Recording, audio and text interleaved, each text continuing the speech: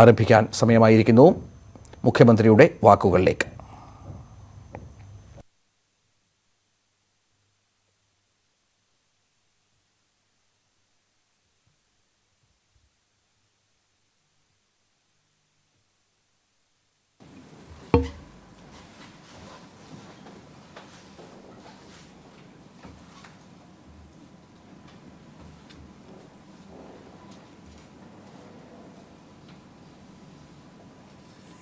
ഇന്ന് പുതുതായി 3 പേർക്കാണ്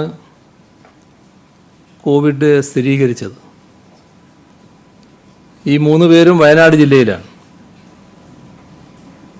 സമ്പർക്കം മൂലമാണ് 3 പേർക്കും വൈറസ് ബാധിച്ചത്. കഴിഞ്ഞ ദിവസം ചെന്നൈയിൽ പോയി വന്ന വാഹനത്തിൻ്റെ ഡ്രൈവർക്ക് രോഗം സ്ഥിരീകരിച്ചിരുന്നു. ആ ഡ്രൈവറുടെ അമ്മയും ഭാര്യയും പിന്നെ വണ്ടിയുടെ ക്ലീനറുടെ മകനും അങ്ങനെ 3 പേർക്കാണ് ഇപ്പോൾ രോഗബാധയുണ്ടായത്.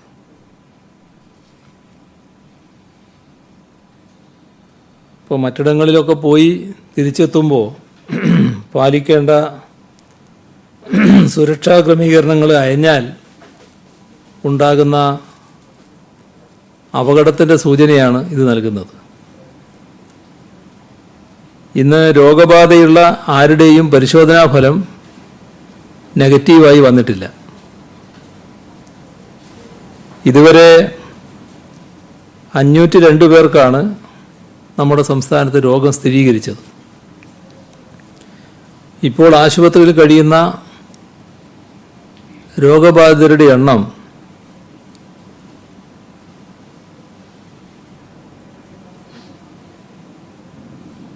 37. നിരീക്ഷണത്തിലുള്ളത് 21,342 പേര്. വീടുകളിൽ 21,034 പേര്. ആശുപത്രിയിൽ 308 പേര്. ഇന്ന് മാത്രം 86 പേരെ ആശുപത്രിയിൽ പ്രവേശിപ്പിച്ചു. ഇതുവരെ 33,800 സാമ്പിളുകളാണ് പരിശോധനയ്ക്ക് അയച്ചത്. 33,265 എണ്ണം രോഗബാധയില്ല എന്ന് ഉറപ്പാക്കിയിട്ടുണ്ട്. ഇന്ന് 1024 ടെസ്റ്റാണ് നടത്തിയത്. സെന്റിനൽ സർവൈലൻസിൻ്റെ ഭാഗമായി മുൻഗണനാ ഗ്രൂപ്പിൽപ്പെട്ട 2,512 സാമ്പിളുകൾ പരിശോധിച്ചതിൽ 1,979 നെഗറ്റീവ് റിസൾട്ട് വന്നിട്ടുണ്ട്. പുതുതായി ഹോട്ട്സ്പോട്ടുകളൊന്നും ഇന്നില്ല. കണ്ണൂർ 18, കോട്ടയം 6, വയനാട് 4, കൊല്ലം 3, കാസർഗോഡ് 3, പത്തനംതിട്ട, ഇടുക്കി, പാലക്കാട് 1 വീതം. ഇങ്ങനെയാണ് ഇപ്പോൾ ചികിത്സയിലുള്ളവരുടെ എണ്ണം. 4 ജില്ലകൾ കോവിഡ് മുക്തമാണ്.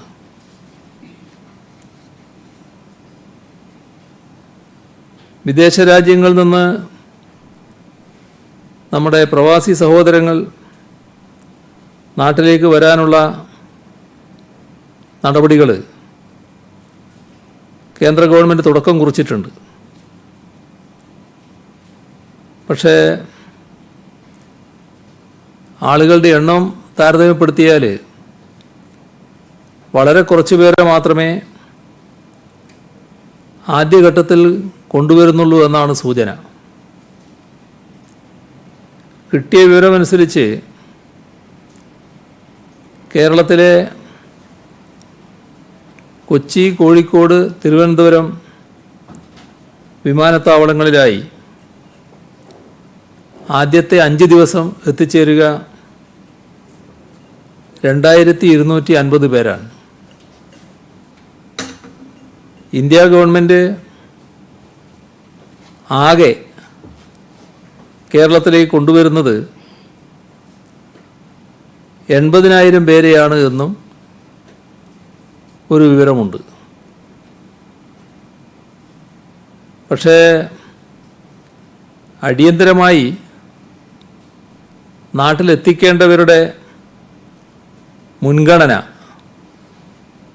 നാം കണക്കാക്കിയതനുസരിച്ച് 1,69,136 പേര് വരും. തിരിച്ചു വരാൻ രജിസ്റ്റർ ചെയ്തവർ 4,42,000 പേരും വരും. ഇപ്പം നമ്മൾ മുൻഗണന കണക്കാക്കിയത് തൊഴിൽ നഷ്ടപ്പെട്ടവർ, തൊഴിൽ കരാർ പുതുക്കി കിട്ടാത്തവർ, ജയിൽ മോചിതർ, ഇവർക്കൊന്നും പിന്നെ അവിടെ നിൽക്കാൻ പറ്റില്ല, ഇവരെല്ലാം ഇങ്ങോട്ട് വരൽ മാത്രമേ മാർഗമുള്ളൂ. പിന്നെ ഗർഭിണികൾ, ലോക്ക്ഡൗണിൻ്റെ ഭാഗമായി മാതാപിതാക്കളിൽ നിന്നും വേറിട്ട് നിൽക്കുന്ന കുട്ടികൾ, വിസിറ്റ് വിസയിൽ പോയി കാലാവധി കഴിഞ്ഞവർ, കോഴ്സ് പൂർത്തിയാക്കിയ വിദ്യാർത്ഥികൾ, ഇവരെല്ലാം അടങ്ങുന്നതാണ് നാം തയ്യാറാക്കിയ മുൻഗണനാ ലിസ്റ്റ്. ഇത് കേന്ദ്രത്തിന് സമർപ്പിക്കുകയും ചെയ്തിരുന്നു. നമ്മുടെ ആവശ്യം ആദ്യഘട്ടത്തിൽ തന്നെ ഇവരെ ആകെ നാട്ടിലെത്തിക്കണമെന്നുള്ളതാണ്. അത് കേന്ദ്രം അനുവദിച്ചിട്ടില്ല. സംസ്ഥാനം ഔദ്യോഗിക വെബ്സൈറ്റിലൂടെ ശേഖരിച്ച വിവരങ്ങൾ കേന്ദ്ര ഗവൺമെൻറ്റിനും ബന്ധപ്പെട്ട എംബസികൾക്കും കൈമാറേണ്ടതുണ്ട്. അതിലുള്ള പ്രശ്നം, വിവരങ്ങൾ കൈമാറാനുള്ള സംവിധാനം ഇതുവരെ വിദേശ മന്ത്രാലയവും എംബസികളും ലഭ്യമാക്കിയിട്ടില്ല. ഈ കാര്യം നേരത്തെ തന്നെ ഔദ്യോഗിക തലത്തിൽ അറിയിച്ചിട്ടുള്ളതാണ്. ഇപ്പോൾ പ്രധാനമന്ത്രിയോട് കത്തിലൂടെ ആവശ്യപ്പെടുകയും ചെയ്തിട്ടുണ്ട്. മുൻഗണനാ വിഭാഗങ്ങളിൽപ്പെട്ടവരെ എത്രയും വേഗം സുരക്ഷാ മാനദണ്ഡങ്ങൾ പാലിച്ച് നാട്ടിലെത്തിക്കണമെന്നാണ് കേന്ദ്ര ഗവൺമെൻറ്റിനോട് ആവശ്യപ്പെടാനുള്ളത്. കേരളത്തിൽ 4 അന്താരാഷ്ട്ര വിമാനത്താവളങ്ങളാണുള്ളത്. ഈ 4 വിമാനത്താവളങ്ങൾ വഴിയും പ്രവാസികളെ കൊണ്ടുവരാനുള്ള സജ്ജീകരണമാണ് ഒരുക്കിയത്. പക്ഷേ കണ്ണൂർ വിമാനത്താവളത്തെ അതിൽ നിന്ന് ഒഴിവാക്കിയിരിക്കുകയാണ്. അതിൻ്റെ കാരണം വ്യക്തമാക്കിയിട്ടുമില്ല. കണ്ണൂർ വിമാനത്താവളം വഴി നാട്ടിലെത്തേണ്ട ആയിരക്കണക്കിന് ആളുകളുണ്ട്. രജിസ്റ്റർ ചെയ്ത കേരളീയരിൽ 69,179 പേർ കണ്ണൂരിൽ ഇറങ്ങണമെന്നാണ് താല്പര്യപ്പെട്ടിട്ടുള്ളത്. ഈ ലോക്ക്ഡൗണിൻ്റെ കാലത്ത് മറ്റിടങ്ങളിൽ ഇറങ്ങിയാൽ അവരുടെ യാത്രയിലും മറ്റുമുണ്ടാകുന്ന ബുദ്ധിമുട്ട് ഊഹിക്കാവുന്നതാണ്. ഈ കാര്യവും പ്രധാനമന്ത്രിക്ക് അയച്ച കത്തിൽ വിശദമായി ചൂണ്ടിക്കാണിച്ചു.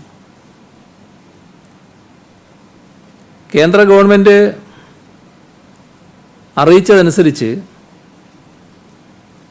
കൊറോണ വൈറസ് ബാധിച്ചിട്ടുണ്ടോ എന്ന പരിശോധന നടത്താതെയാണ് വിദേശ രാജ്യങ്ങളിൽ നിന്ന് വിമാനത്തിൽ ആളുകളെ എത്തിക്കുന്നത്. ഇത് വലിയ അപകടം സൃഷ്ടിക്കുന്ന രീതിയാണ്. ഒരു വിമാനത്തിൽ 200ഓളം പേരാണ് ഉണ്ടാവുക. അതിൽ 1-2 പേർക്ക് വൈറസ് ബാധയുണ്ടെങ്കിൽ യാത്രക്കാർ മുഴുവൻ പ്രശ്നത്തിലാകും. രാജ്യത്താകെ രോഗവ്യാപനത്തിന് ഇടയാക്കും. ഇത് രാജ്യത്താകെ വരുന്ന വിമാനങ്ങൾക്ക് ബാധകമായിട്ടുള്ള കാര്യമാണ്. കേരളത്തിൽ മാത്രമല്ല, എല്ലായിടങ്ങളിലും രോഗവ്യാപന സാധ്യത ഇത് വർദ്ധിപ്പിക്കുകയാണ് ചെയ്യുക. കേരളം പ്രവാസികളെ തിരിച്ചെത്തിക്കാൻ ചിട്ടയോടുകൂടിയ പദ്ധതിയാണ് ആവിഷ്കരിച്ചിട്ടുള്ളത്. എന്നാൽ അതിൽ ശ്രദ്ധിക്കേണ്ടത് ലോകവ്യാപകമായി അംഗീകരിക്കപ്പെട്ട സുരക്ഷാ മാനദണ്ഡങ്ങളുണ്ട്. ആ സുരക്ഷാ മാനദണ്ഡങ്ങളിൽ ഒരിളവും വരുത്തുന്നത് ശരിയല്ല, അത് അനുവദിക്കാനുമാവില്ല. വിദേശങ്ങളിൽ നിന്ന് നമ്മുടെ സഹോദരങ്ങൾ ഇവിടെ എത്തേണ്ടത് പ്രധാനമാണ്. എന്നാൽ ആളുകൾ വരുമ്പോൾ കോവിഡ് വ്യാപനം തടയുക എന്ന പ്രധാന ലക്ഷ്യത്തിൽ നിന്ന് വ്യതിചലിക്കാൻ പറ്റില്ല. ലോകം അംഗീകരിച്ച ആരോഗ്യ സുരക്ഷാ മാനദണ്ഡങ്ങൾ ലംഘിക്കപ്പെടുന്നത് ദൗർഭാഗ്യകരമാണ്. അതുകൊണ്ട് പ്രത്യേക വിമാനങ്ങളിൽ തിരിച്ചെത്തിക്കുന്നവരെ യാത്ര തിരിക്കും മുൻപ് തന്നെ പരിശോധന നടത്തണമെന്ന് കത്തിലൂടെ പ്രധാനമന്ത്രിയോട് ആവശ്യപ്പെട്ടു. ഇപ്പോൾ പ്രഖ്യാപിച്ച രീതിയിൽ വിമാനങ്ങൾ വന്നാൽ നേരത്തെ പറഞ്ഞതുപോലെ ആരെയും നേരെ വീടുകളിലേക്ക് അയക്കാൻ കഴിയില്ല. ചുരുങ്ങിയത് 7 ദിവസം ക്വാറന്റൈൻ വേണ്ടി വരും.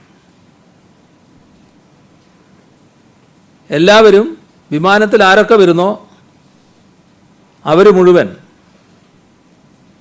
സർക്കാർ ഒരുക്കുന്ന ക്വാറന്റൈനിൽ കഴിയണം. 7-ാം ദിവസമാണ് അവരുടെ കാര്യത്തിൽ PCR ടെസ്റ്റ് നടത്തുക. ആ ടെസ്റ്റിൽ നെഗറ്റീവായവരെ വീടുകളിലേക്ക് അയക്കും. PCR ടെസ്റ്റിൻ്റെ ഫലം പിറ്റേന്ന് തന്നെ കിട്ടും. പോസിറ്റീവായി ഫലം വന്നാൽ ചികിത്സക്കായി ആശുപത്രികളിലേക്ക് അയക്കും. വീടുകളിൽ പോകുന്നവർ തുടർന്നും ഒരാഴ്ചക്കാലം ക്വാറന്റൈൻ വീട്ടിൽ തുടരേണ്ടി വരും. നേരത്തെ ഇറ്റലിയിൽ നിന്നും ഇറാനിൽ നിന്നും ആളുകളെ കൊണ്ടുവന്നപ്പോൾ ഇന്ത്യൻ മെഡിക്കൽ സംഘം ആദ്യം അവിടങ്ങളിൽ പോയിരുന്നു. അവർ ടെസ്റ്റ് നടത്തിയിരുന്നു, വരേണ്ടവർ ടെസ്റ്റ് നടത്തിയിരുന്നു. വിമാനങ്ങളിൽ അടച്ചിട്ട യാത്രയാണ്. വൈറസ് വ്യാപന സാധ്യത വളരെ കൂടുതലാണ്. അതുകൊണ്ടാണ് ഇക്കാര്യത്തിൽ പുനഃപരിശോധന വേണമെന്ന് കേന്ദ്ര ഗവൺമെൻറ്റിനോട് നാം ആവശ്യപ്പെടുന്നത്. ഇതുമായി ബന്ധപ്പെട്ട് നിരവധി തവണ നേരത്തെയും ആശയവിനിമയം നടത്തിയിരുന്നു. വിദേശത്ത് നിന്ന് വരുന്നവർക്ക് ക്വാറന്റൈനിൽ കഴിയുമ്പോൾ ആൻറ്റിബോഡി ടെസ്റ്റ് വ്യാപകമായി നടത്താൻ ഉദ്ദേശിക്കുന്നുണ്ട്. അതിനാവശ്യമായ കിറ്റ് ലഭ്യമാകേണ്ടതുണ്ട്. 2 ലക്ഷം ആൻറ്റിബോഡി ടെസ്റ്റ് കിറ്റിന് കേരളം ഓർഡർ നൽകിയിട്ടുണ്ട്. കൊച്ചി തുറമുഖം വഴിയും പ്രവാസികളെ കൊണ്ടുവരുന്നുണ്ട്. മാലിദ്വീപിൽ നിന്നും 2, UAE നിന്നും 1 കപ്പലുകൾ ഉടൻ വരുമെന്നാണ് അറിയുന്നത്. അതിനാൽ തുറമുഖത്തും ആവശ്യമായ സജ്ജീകരണം ഒരുക്കും. ഇത് സംബന്ധിച്ച് കൊച്ചി തുറമുഖ ട്രസ്റ്റുമായി ബന്ധപ്പെട്ട് ആവശ്യമായ ക്രമീകരണങ്ങൾ ഏർപ്പെടുത്തുന്നുണ്ട്. നാവികസേന അധികൃതരുമായി ചീഫ് സെക്രട്ടറി ഇക്കാര്യം സംസാരിച്ചിട്ടുമുണ്ട്. ഇങ്ങനെ കൊണ്ടുവരുന്നവരുടെ കൂട്ടത്തിൽ മറ്റ് സംസ്ഥാനക്കാരും ഉണ്ടായേക്കാം. അങ്ങനെയുണ്ടെങ്കിൽ അവരെ ബന്ധപ്പെട്ട സംസ്ഥാനങ്ങളിലേക്ക് അയക്കും. വിമാനത്താവളങ്ങളോടനുബന്ധിച്ചുള്ള ക്വാറന്റൈൻ കേന്ദ്രങ്ങളിൽ മാത്രമല്ല വിദേശത്തു നിന്നെത്തുന്നവരെ താമസിപ്പിക്കുക. അവരുടെ സ്വന്തം പ്രദേശങ്ങൾക്കടുത്തുള്ള ക്വാറന്റൈൻ കേന്ദ്രങ്ങൾ ഇതിനായി ഉപയോഗിക്കും. സ്വന്തം പ്രദേശം എന്ന് പറഞ്ഞാൽ അവരുടെ ജില്ല, ആ ജില്ലയിലെ ക്വാറന്റൈൻ കേന്ദ്രങ്ങൾ ഇതിനായി ഉപയോഗിക്കും. സംസ്ഥാനത്ത് എല്ലാ ജില്ലകളിലും ഇത്തരം സൗകര്യങ്ങളുള്ള 2.5 ലക്ഷം കിടക്കകൾക്കുള്ള സൗകര്യം കണ്ടെത്തിയിട്ടുണ്ട്. അതിൽ 1,63,000 കിടക്കകൾ ഇപ്പോൾ തന്നെ ഉപയോഗിക്കാൻ പര്യാപ്തമാണ്. ബാക്കിയുള്ളവ പൂർണ്ണ സജ്ജമാക്കാൻ നിർദ്ദേശം നൽകിയിട്ടുമുണ്ട്. വികേന്ദ്രീകൃതമായ ക്വാറന്റൈൻ സംവിധാനമാണ് ഉണ്ടാവുക. നമ്മുടെ സംസ്ഥാനത്ത് ഒഴിഞ്ഞുകിടക്കുന്ന ധാരാളം വീടുകളുണ്ട്. വലിയ സൗകര്യങ്ങളുള്ള വീടുകളാണ്. അത്തരം വീടുകളും വേണ്ടി വന്നാൽ ക്വാറന്റൈൻ ആക്കാൻ ഉദ്ദേശിക്കുന്നുണ്ട്. 45,000-ലധികം PCR ടെസ്റ്റ് കിറ്റുകൾ സംസ്ഥാനത്തുണ്ട്. കൂടുതൽ കിറ്റുകൾക്ക് ഓർഡർ നൽകിയിട്ടുണ്ട്. ഈ മാസം അവസാനിക്കുമ്പോൾ ഏതാണ്ട് 60,000 ടെസ്റ്റുകൾ നടത്താൻ കഴിയുമെന്നാണ് പ്രതീക്ഷിക്കുന്നത്. അടുത്തയാഴ്ച മുതൽ വിമാനങ്ങളുടെ എണ്ണം വർദ്ധിക്കുമെന്ന് പറയുന്നുണ്ട്. ആഴ്ചയിൽ 20,000 പേർ എത്തും എന്നാണ് കണക്കാക്കുന്നത്. അവരെയെല്ലാം പരിശോധിക്കാനും ക്വാറന്റൈൻ ചെയ്യാനുമുള്ള ദൗത്യമാണ് സർക്കാർ ഏറ്റെടുക്കുന്നത്. ഇതോടൊപ്പം മറ്റ് സംസ്ഥാനങ്ങളിൽ നിന്നുള്ള മലയാളികൾ വന്നു തുടങ്ങിയിട്ടുണ്ട്. ഇതുവരെ 1,80,540 പേരാണ് നോർക്ക വഴി രജിസ്റ്റർ ചെയ്തത്. ഇതിൽ 25,410 പേർക്ക് പാസ് നൽകി. അവരിൽ 3,363 പേർ തിരിച്ചെത്തിയിട്ടുണ്ട്. ഇതിൽ ശ്രദ്ധിക്കേണ്ട ഒരു കാര്യമുണ്ട്. നമ്മുടെ രാജ്യത്ത് രോഗബാധ തീവ്രമായ ചില പ്രദേശങ്ങളുണ്ട്. ചില വൻ നഗരങ്ങളിൽ രോഗികളുടെ എണ്ണവും വ്യാപനവും വർദ്ധിച്ച നിലയാണ്. അങ്ങനെ തീവ്ര രോഗബാധയുള്ള 10 ജില്ലകൾ കണക്കാക്കിയിട്ടുണ്ട്. അത്തരം ജില്ലകളിൽ നിന്നോ നഗരങ്ങളിൽ നിന്നോ വരുന്നവരുടെ കാര്യത്തിൽ പ്രത്യേക ശ്രദ്ധയും ജാഗ്രതയും വേണമെന്ന് തീരുമാനിച്ചിട്ടുണ്ട്.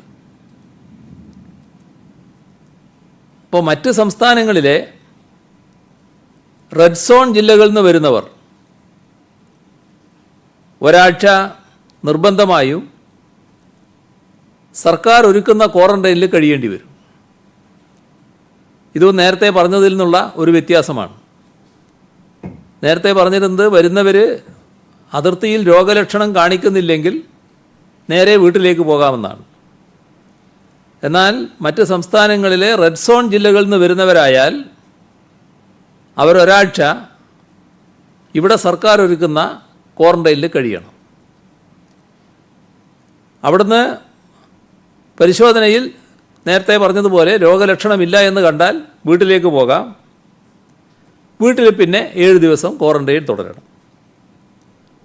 രോഗലക്ഷണമുണ്ടെങ്കിൽ ആശുപത്രിയിലേക്ക് മാറണം. നോർക്കയിൽ രജിസ്റ്റർ ചെയ്ത് അതിർത്തിയിലെത്തുന്നവർ അവിടെ കുടുങ്ങിക്കിടക്കാൻ പാടില്ല. ഇത് ചിലർ അവിടുന്ന് പാസ് വാങ്ങി ഇവിടുത്തെ പാസ് ഇല്ലാതെ വരുന്നുണ്ട്. ഈ രണ്ടിടത്തെയും പാസ് പ്രധാനമാണ്. എവിടുന്നാണോ പുറപ്പെടുന്നത് അവിടുത്തെ പാസും എവിടെയാണോ എത്തേണ്ടത് അവിടുത്തെ പാസും പ്രധാനമാണ്. ഇപ്പോൾ നേരത്തെ തന്നെ സമയം നിശ്ചയിച്ച് കൊടുക്കുന്നുണ്ട്. അപ്പോൾ അവിടെ എത്തിയാൽ, അതിർത്തിയിലെത്തിയാൽ പെട്ടെന്ന് പരിശോധനകൾ പൂർത്തിയാക്കി യാത്ര തുടരാൻ കഴിയണം. കാലതാമസം ഒഴിവാക്കണമെന്ന് കണ്ടിട്ടുണ്ട്. അതിർത്തികളിൽ നിശ്ചയിക്കപ്പെട്ട ഉദ്യോഗസ്ഥർ മാത്രമേ പാടുള്ളൂ. ഇന്നലൊരു ദിവസമാണ് പരിപാടി ആരംഭിച്ചതെങ്കിലും അതിൻ്റെ ഭാഗമായുള്ള ചില അനുഭവങ്ങളുണ്ട്. അപ്പോൾ ഒരു സ്ഥലത്തും സ്വീകരണ പരിപാടിയൊന്നും വേണ്ട. ഉദ്യോഗസ്ഥരല്ലാത്ത ആരും അവിടെ ഉണ്ടാകേണ്ടതുമില്ല. ഒരു സ്വീകരണ പരിപാടിയും അനുവദിക്കുകയുമില്ല. മറ്റ് സംസ്ഥാനങ്ങളിൽ നിന്നുള്ള കേരളീയരെ തിരിച്ചെത്തിക്കാൻ ട്രെയിൻ ഏർപ്പെടുത്തുന്നതിനുള്ള ശ്രമം തുടരുകയാണ്. അതിൽ ഏറ്റവും അകലെ കഴിയുന്ന വിദ്യാർത്ഥികൾ, ഇപ്പോൾ പഞ്ചാബ്, ഹരിയാന പോലുള്ള സംസ്ഥാനങ്ങളിൽ, ഡൽഹി, ഇങ്ങനെയുള്ള വിദ്യാർത്ഥികളുണ്ട്. അത്തരം വിദ്യാർത്ഥികളെ ഡൽഹി കേന്ദ്രമാക്കി തിരിച്ചു കൊണ്ടുവരാനുള്ള, ട്രെയിൻ വഴി തിരിച്ചു കൊണ്ടുവരാനുള്ള ശ്രമം ആരംഭിച്ചിട്ടുണ്ട്. അന്തർ സംസ്ഥാന യാത്രക്ക് വാഹനം ലഭിക്കുന്നതിനുള്ള പ്രയാസം പലരും ചൂണ്ടിക്കാണിക്കുന്നുണ്ട്. അവർ ചെലവ് വഹിക്കാൻ തയ്യാറാണ്, പക്ഷേ വാഹനം ലഭ്യമല്ല. ആ പ്രശ്നം പരിഹരിക്കുന്നതിന് സംവിധാനം ഉണ്ടാക്കുന്നതിന് ആലോചിക്കുന്നുണ്ട്. നമ്മുടെ സംസ്ഥാനത്തുള്ള അതിഥി തൊഴിലാളികളിൽ 14,896 പേർ വിവിധ സംസ്ഥാനങ്ങളിലേക്ക് പോയിട്ടുണ്ട്. ഇന്ന് 3 ട്രെയിനുകളാണ് യാത്ര തിരിച്ചത്. യാത്രാ പാസുമായി ബന്ധപ്പെട്ട് ചില കേന്ദ്രങ്ങളിൽ ചില ആശയക്കുഴപ്പങ്ങളുണ്ട്. ഇപ്പോൾ സാധാരണ നിലയിൽ പാസ് വാങ്ങേണ്ടതില്ല എന്ന കാറ്റഗറിയിൽപ്പെടുന്നവർ, ഇപ്പോൾ സർക്കാർ സ്വകാര്യ മേഖലയിൽ പ്രവർത്തിക്കുന്ന ഡോക്ടർമാർ, ആരോഗ്യ പ്രവർത്തകർ, കുടുംബശ്രീ പ്രവർത്തകർ, ശുചീകരണ തൊഴിലാളികൾ, സർക്കാർ ജീവനക്കാർ, ISRO, IT മേഖലകളിലുള്ളവർ, ഡാറ്റാ സെൻറ്റർ ജീവനക്കാർ, ഇവരൊക്കെ മറ്റ് ജില്ലകളിലേക്ക് യാത്ര ചെയ്യേണ്ടി വന്നാൽ തന്നെ പാസ് പ്രത്യേകമായി വാങ്ങേണ്ടതില്ല. കാരണം അവർക്ക് ഔദ്യോഗിക തിരിച്ചറിയൽ കാർഡുണ്ട്, അത് കാണിച്ചാൽ മതിയാകും.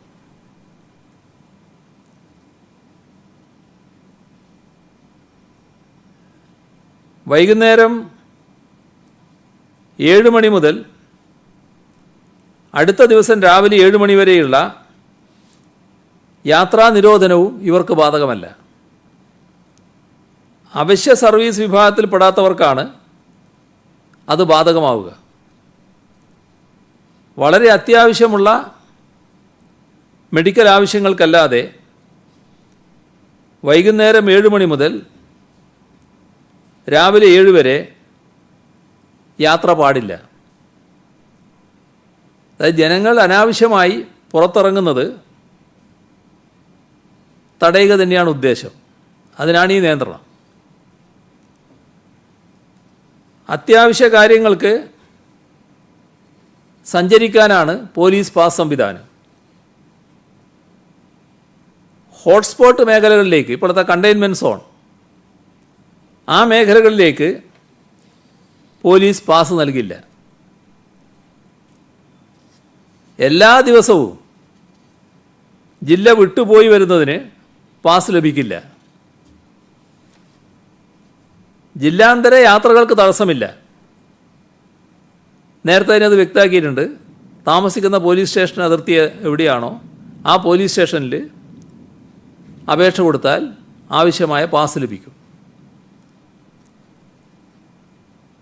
സംസ്ഥാനത്ത് നിർമ്മാണ പ്രവർത്തനങ്ങൾക്ക് അനുമതി നൽകിയിട്ടുണ്ട്. എന്നാൽ പല സാധനങ്ങൾക്കും അമിത വില ഈടാക്കുന്നുണ്ട് എന്നാണ് പരാതി. നേരത്തെ കയ്യിലുള്ള സ്റ്റോക്കാണ് ഇപ്പോൾ വിൽക്കുന്നത്. അപ്പോൾ കുറച്ച് നാൾ വിൽപ്പന നടക്കാത്തത് കൊണ്ട് ആ നടക്കേണ്ട ഘട്ടത്തിൽ നടക്കാത്ത കാര്യത്തിൽ അപ്പോൾ കിട്ടേണ്ടിയിരുന്ന ലാഭം കൂടി ഈ വിൽപ്പനയിലൂടെ സമ്പാദിച്ച് കളയാമെന്ന് ചിന്തിക്കരുത്. ആരും അമിതവില ഈടാക്കാൻ പാടില്ല. അത് തടയാൻ നടപടിയെടുക്കും. നിർമ്മാണ പ്രവർത്തനങ്ങൾ കണ്ടെയ്ൻമെൻറ് സോണുകളിൽ മാത്രമേ ഇപ്പോൾ ആരംഭിക്കുന്നതിന് തടസ്സമുള്ളൂ. മറ്റെല്ലായിടങ്ങളിലും നേരത്തെ പ്രഖ്യാപിച്ച നിർമ്മാണ പ്രവർത്തനങ്ങൾ തുടരാം. മുടങ്ങിക്കിടക്കുന്ന നിർമ്മാണ പ്രവർത്തനങ്ങളുണ്ട്.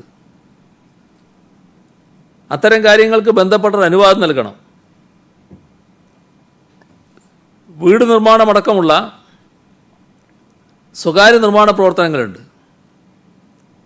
അതിന് ഒരു തടസ്സവുമില്ല. ഇപ്പോൾ ഒരു പരിശോധനയിൽ കാണുന്നത് 25% താഴെ മാത്രമേ അത്തരം നിർമ്മാണ പ്രവർത്തനങ്ങൾ ആരംഭിച്ചിട്ടുള്ളൂ എന്നാണ്. അപ്പോൾ അത് അനുമതിയുടെ പ്രശ്നമാണ്. അനുമതി നൽകുന്നതിന് യാതൊരു തടസ്സവും ഇക്കാര്യത്തിലില്ല. അതിഥി തൊഴിലാളികൾ നാട്ടിൽ പോകാൻ ആഗ്രഹിക്കുന്നവർ അവരെ നാട്ടിലേക്ക് എത്തിക്കുന്നതിനുള്ള നടപടി തന്നെയാണ് ഇവിടെ തുറന്നു വരുന്നത്. എന്നാൽ എവിടെയാണോ എത്തേണ്ടത് ആ സംസ്ഥാനം കൂടി തീരുമാനിക്കുന്ന മുറക്കാണ് ഇവിടുന്ന് പോവുക. ഇതിൻ്റെ ഭാഗമായി ചില തെറ്റിദ്ധാരണകൾ ഈ വിഭാഗത്തിൻ്റെ ഇടയിൽ പരത്തി അവരെ തെരുവിലിറക്കാനുള്ള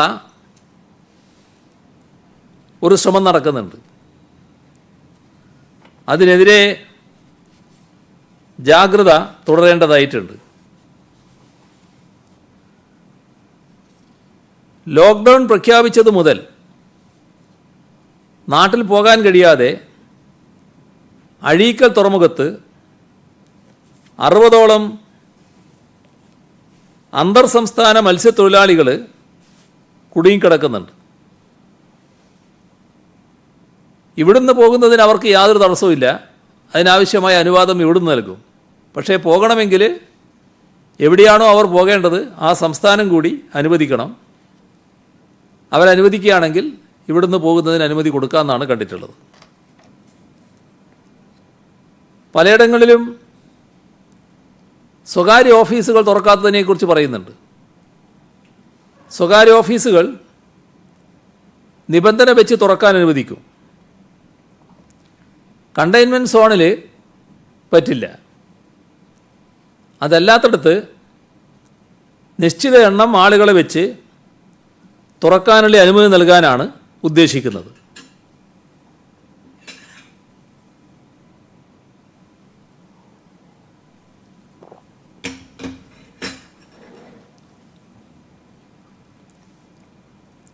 വാഹനങ്ങളുടെ കാര്യത്തിൽ ഒറ്റ ഇരട്ട നമ്പർ നിങ്ങളെല്ലാവരും ചോദിക്കുന്ന കാര്യമാണല്ലോ.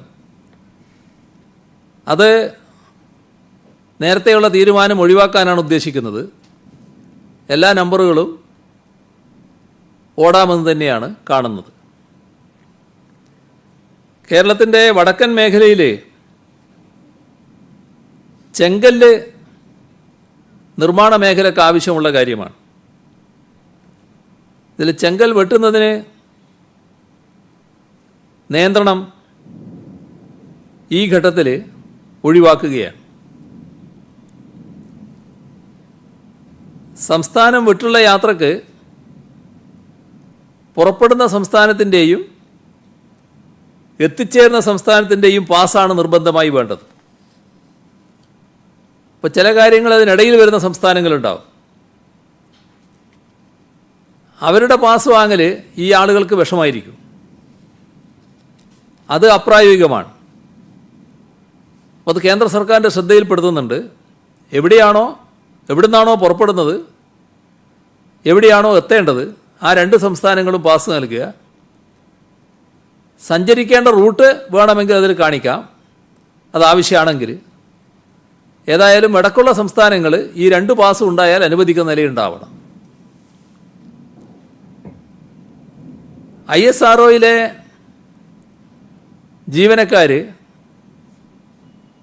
സാധാരണ സുരക്ഷാ മാനദണ്ഡങ്ങൾ അനുസരിച്ച് അവരുടേതായ സ്ഥാപനത്തിൻ്റെ ബസ്സുകളിൽ യാത്ര ചെയ്യാവുന്നതാണ്.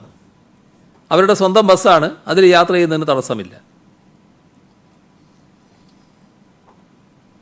COVID-19 പ്രതിരോധം ശക്തിപ്പെടുത്താൻ സംസ്ഥാനത്ത് 980 ഡോക്ടർമാരെ 3 മാസ കാലയളവിലേക്ക് നിയമിക്കും. കേരളത്തിന് പുറത്തുള്ള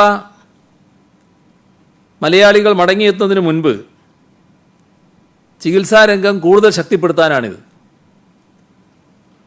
മാത്രമല്ല, മഴക്കാലം കൂടി വരികയാണ്. അപ്പോൾ നിരവധി പേർക്ക് ഒരേ സമയം ചികിത്സ നൽകേണ്ട സാഹചര്യം വന്നേക്കാം. നിരീക്ഷണത്തിൽ കഴിയുന്നവർക്ക് കൂടുതൽ ശ്രദ്ധ നൽകേണ്ടതുമുണ്ട്. അപ്പോൾ അതിനെല്ലാം ആശുപത്രികളെ ശക്തിപ്പെടുത്തണം. പ്രാഥമിക ആരോഗ്യ കേന്ദ്രങ്ങളിലും സാമൂഹ്യ ആരോഗ്യ കേന്ദ്രങ്ങളിലും താൽക്കാലിക നിയമനം ഇതിൻ്റെ ഭാഗമായാണ് നടത്തുന്നത്. നമ്മുടെ ആരോഗ്യ സംവിധാനത്തിൻ്റെ മികവിൽ സ്വകാര്യ ആശുപത്രികൾ വഹിക്കുന്ന പങ്ക് വളരെ വലുതാണ്. ഇന്ന് ആരോഗ്യ മേഖലയാകെ കേന്ദ്രീകരിച്ചിട്ടുള്ളത് കോവിഡ് പ്രതിരോധത്തിലാണ്. ഇനിയുള്ള ദിവസങ്ങൾ കൂടുതൽ വലിയ വെല്ലുവിളികളാണ് നമുക്ക് ഏറ്റെടുക്കാനുള്ളത്. അതിൽ സ്വകാര്യ ആശുപത്രികളുടെയും ആ മേഖലയിലുള്ളവരുടെയും സഹകരണം ഏറ്റവും പ്രധാനമാണ്. ഇന്ന് സ്വകാര്യ മേഖലയിലെ ആശുപത്രി മാനേജ്മെൻറ്റുകളുമായി ഒരു വീഡിയോ കോൺഫറൻസ് നടത്തുകയുണ്ടായി. ഇതിനുള്ള പദ്ധതിയാണ് അതിൽ ചർച്ച ചെയ്തത്. രാജ്യത്തിന് പുറത്തു നിന്നും അകത്തു നിന്നും മലയാളികൾ വരികയാണ്. രോഗപ്രതിരോധത്തിന് കൂടുതൽ സൗകര്യം വേണ്ടിവരും. സർക്കാർ മേഖലയും സ്വകാര്യ മേഖലയും ഒന്നിച്ചു നിന്ന് പ്രവർത്തിക്കേണ്ട ഘട്ടമാണിത്. നേരത്തെ തന്നെ പല സ്വകാര്യ ആശുപത്രികളും അവരുടെ സൗകര്യം പൊതുകാര്യത്തിനായി വിട്ടു നൽകാമെന്ന് അറിയിച്ചിട്ടുണ്ട്. അപ്പോൾ സർക്കാർ സ്വകാര്യ മേഖലകളിലെ ഡോക്ടർമാർ ഒരുമിച്ച് പ്രതിരോധ പ്രവർത്തനങ്ങൾ ഏർപ്പെടുന്ന രീതി വരണം. ശരിയായ ഏകോപനത്തോടെ വികേന്ദ്രീകൃത രീതിയിലാണ് ഇക്കാര്യങ്ങൾ മുന്നോട്ട് പോകേണ്ടത്. ഇതിന് പഞ്ചായത്ത് അടിസ്ഥാനത്തിൽ തന്നെ മോണിറ്ററിംഗ് സംവിധാനം വേണം. ഡോക്ടർമാർ, നഴ്സുമാർ, പാരാമെഡിക്കൽ സ്റ്റാഫ് എല്ലാം ചേർന്നുള്ളൊരു സംയുക്ത നീക്കമാണ് ഉദ്ദേശിക്കുന്നത്. പ്രായമായവർ, മറ്റ് വിവിധ രോഗങ്ങൾ ബാധിച്ചവർ, വിദേശത്തു നിന്നും രാജ്യത്ത് സംസ്ഥാനത്തിന് പുറത്തു നിന്നും വന്നവർ, ഇങ്ങനെയുള്ളവരുമായൊക്കെ ഡോക്ടർമാർക്ക് സംവദിക്കാൻ ടെലിമെഡിസിൻ സംവിധാനം ഉറപ്പുവരുത്തും. ഈ സംവിധാനത്തിലേക്ക് വരാൻ തയ്യാറാകുന്ന ഡോക്ടർമാരുടെ ലിസ്റ്റ് പഞ്ചായത്ത് അടിസ്ഥാനത്തിൽ തയ്യാറായിരിക്കും. നേരത്തെ പറഞ്ഞതാണ്, രോഗിയെ ഡോക്ടർക്ക് കാണണമെങ്കിൽ അതിനുള്ള സംവിധാനവും ഏർപ്പെടുത്തും. വികേന്ദ്രീകൃതമായ ഈ സംവിധാനം ഫലപ്രദമാക്കാൻ സ്വകാര്യ ആശുപത്രികളുടെ സഹകരണം അഭ്യർത്ഥിച്ചു. ആവശ്യമായ കിറ്റ്, മരുന്ന്, ജീവനക്കാർക്കുള്ള പരിശീലനം സ്വകാര്യ ആശുപത്രികൾ ആവശ്യപ്പെട്ടിട്ടുണ്ട്. സർക്കാരും ആ നിലക്കാണ് ചിന്തിക്കുന്നത്. PPE കിറ്റ്, മാസ്ക് ഇവയൊക്കെ കേരളത്തിൽ തന്നെ നിർമ്മിക്കാൻ തുടങ്ങിയിട്ടുണ്ട്. അതുകൊണ്ട് ആ പ്രശ്നം പരിഹരിക്കാനാകുമെന്ന് തന്നെയാണ് പ്രതീക്ഷിക്കുന്നത്. ഓരോ ആശുപത്രിയും രോഗികളുടെ പരിശോധന, കാത്തിരിപ്പ്, രോഗീ പരിപാലനം ഇത്തരം കാര്യങ്ങളിൽ കൃത്യമായ പ്രോട്ടോക്കോൾ ഉറപ്പാക്കണം.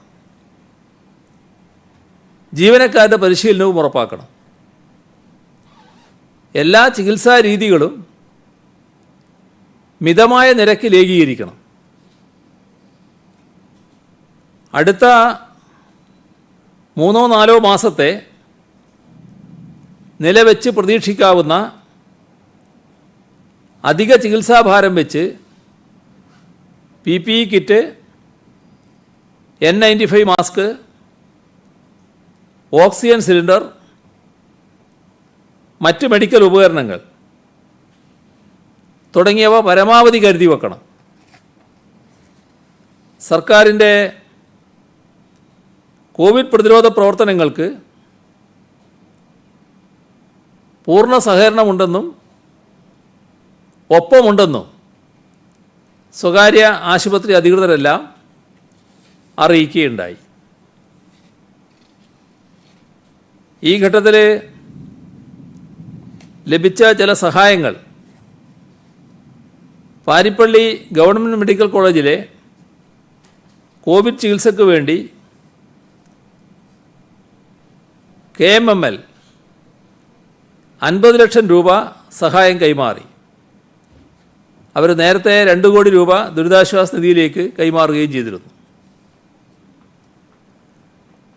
All Kerala school teachers union ആരോഗ്യ പ്രവർത്തകർക്ക് 1000 PPE കിറ്റിന് 5 ലക്ഷം രൂപ, സ്കൂൾ കുട്ടികൾക്ക് 1 ലക്ഷം mask, happy kids apparels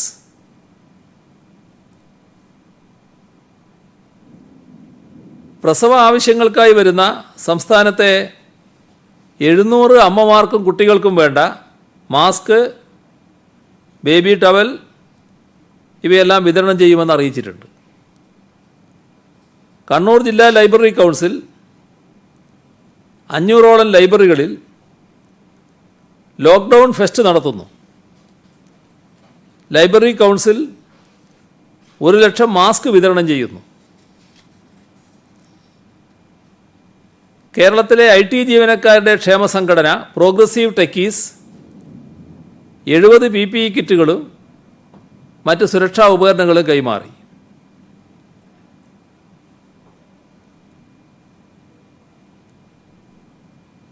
cinema താരം ബിനു മോഹൻ, ഭാര്യ വിന്ധ്യ, തെരുവോരം മുരുകൻ ഇവരുടെ നേതൃത്വത്തിൽ ആലപ്പുഴ മേഖലയിൽ തെരുവിൽ അലഞ്ഞു തിരിഞ്ഞ് നടക്കുന്നവരെ കണ്ടെത്തി ദേഹം വൃത്തിയാക്കി ഭക്ഷണം നൽകി.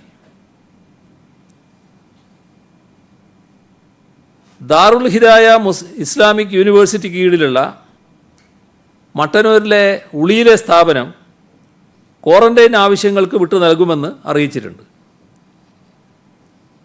Thodupuzha Dhanwantari Vaidyasala group, Thrissur travel for health, Thrissur ഐവാസ് ബിസിനറി സൊല്യൂഷൻ പ്രൈവറ്റ് ലിമിറ്റഡ് ഇവർ സംയുക്തമായി കേരള പോലീസിന് പ്രതിരോധ ശക്തി വർദ്ധിപ്പിക്കുന്നതിനുള്ള 25,000 ആയുർവേദ കിറ്റുകൾ സൗജന്യമായി നൽകും. ദുരിതാശ്വാസ നിധിയിലേക്ക് സംഭാവന നൽകിയവരാണ് CPIM സംസ്ഥാന സെക്രട്ടറി കോടിയേരി ബാലകൃഷ്ണൻ. ഒരു മാസത്തെ പെൻഷൻ തുക 39,000 രൂപ. മിസോറാം ഗവർണർ PS ശ്രീധരൻപിള്ള 2 ലക്ഷം രൂപ. CPIM സംസ്ഥാന സെക്രട്ടറിയായിരുന്ന ചടയം ഗോവിന്ദൻ്റെ ഭാര്യ ദേവകി ഒരു മാസത്തെ പെൻഷൻ തുക, കൊച്ചുമക്കളായ അഭിജ, ആരുണി 5,002 രൂപ. എളമരം കരീം MP 82,000 രൂപ. മുൻ മന്ത്രി PK ശ്രീമതി 1,50,000 രൂപ. മുൻ MP NN കൃഷ്ണദാസ് പെൻഷൻ തുക 41,000 രൂപ. CPIM സംസ്ഥാന കമ്മിറ്റി അംഗം K വരദരാജൻ 1,15 ലക്ഷം രൂപ. ഗുരുവായൂർ ദേവസ്വം 5 കോടി. തൃശൂർ ചേലക്കര നിയോജക മണ്ഡലത്തിലെ സഹകരണ സംഘങ്ങൾ ചേർന്ന് 56,45,120 രൂപ. മലപ്പുറം കവന്നൂർ പഞ്ചായത്ത് 50 ലക്ഷം. ആലപ്പുഴ പുല്ലുകുളങ്ങര സർവീസ് സഹകരണ ബാങ്ക് 36,74,000. പയ്യോളി അർബൻ സഹകരണ ബാങ്ക് 34,79,564. പ്രവാസിയായിരുന്ന ദിനേശൻ ദിവാകരൻ ആലപ്പുഴയിൽ തൻ്റെ പേരിലുള്ള വീടുൾപ്പെടെയുള്ള 11 സെൻറ്റ് സ്ഥലം ദുരിതാശ്വാസ നിധിയിലേക്ക് നൽകാൻ സന്നദ്ധത അറിയിച്ചിട്ടുണ്ട്. കരകുളം ഗ്രാമപഞ്ചായത്ത് 30 ലക്ഷം രൂപ. പയ്യന്നൂർ സർവീസ് സഹകരണ ബാങ്ക് 22,17,000 രൂപ. പിണറായി സർവീസ് കോഓപ്പറേറ്റീവ് ബാങ്ക് 20,25,000 രൂപ. കരിവള്ളൂർ സർവീസ് സഹകരണ ബാങ്ക് 18,62,61 രൂപ. പുലാമന്തോൾ സർവീസ് സഹകരണ ബാങ്ക് 16,56,500 രൂപ. Karukachal grama panchayat 15 lakh. Nileshwaram cooperative urban bank 10,61,914. Anthoor നഗരസഭ 10 ലക്ഷം. ഭാരതീയ വിദ്യാഭവൻ കൊച്ചി 10 ലക്ഷം. Kunnothuparamba grama panchayat 10 lakh. Achu Doha Kottakkal 10 lakh. Kottayam Malabar service cooperative bank 9,50,303 രൂപ. ക്വാളിറ്റി കറി പൗഡർ ചേർത്തല 9,12,870 രൂപ. Thrissur government medical college employees സഹകരണ സംഘം 8,65,949 രൂപ.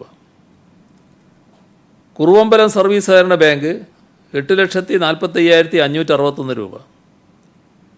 പിക്കോസ് പിണറായി 6 ലക്ഷം രൂപ. കുന്നിരിക്ക സർവീസ് കോഓപ്പറേറ്റീവ് ബാങ്ക് 5,885 രൂപ. വേങ്ങാട് സർവീസ് കോഓപ്പറേറ്റീവ് ബാങ്ക് 5,51,300 രൂപ. All India association of central excise gazetted executive officers Kerala unit 5 lakh രൂപ. എരുവെട്ടി വനിതാ ബാങ്ക് 1,15,000 രൂപ. പിണറായി ക്ഷീരസംഘം 1 ലക്ഷം രൂപ. കോട്ടയം വനിതാ ബാങ്ക് 30,000 രൂപ. ചിറക്കുനി വനിതാ ബാങ്ക് 65,000 രൂപ. പാതിരിയാട് വനിതാ ബാങ്ക് 63,300 രൂപ. ISRO പെൻഷനേഴ്സ് അസോസിയേഷൻ ആദ്യ ഗഡു 5 ലക്ഷം രൂപ. കേരള പോലീസ് പെൻഷനേഴ്സ് അസോസിയേഷൻ സംസ്ഥാന കമ്മിറ്റി 5 ലക്ഷം രൂപ. Cardiological society of India Kerala ഘടകം 5 lakh. All India association of central excise gazetted executive officers Kerala unit 5 lakh. All India postal and RMS pensioners association 5 lakh. Cultural institutions pensioners association 5 lakh. Hydel tourism ജീവനക്കാർ 5 ലക്ഷം. അഖില ഭാരത അയ്യപ്പ സേവാ സംഘം 5 ലക്ഷം. ശബരിമല മേൽശാന്തി AK Sudheer Namboothiri 10,000. Lensfed 5 ലക്ഷം. Community കിച്ചണിലേക്ക് ഏകദേശം 10 ലക്ഷം രൂപയുടെ അവശ്യ സാധനങ്ങളും ഇവർ വിതരണം ചെയ്തിരുന്നു. പ്രവാസികളായ മാണിയക്കൽ പോൾ തോമസും മിനി തോമസും 4 lakh. Senior citizens friends welfare association 2,40,000.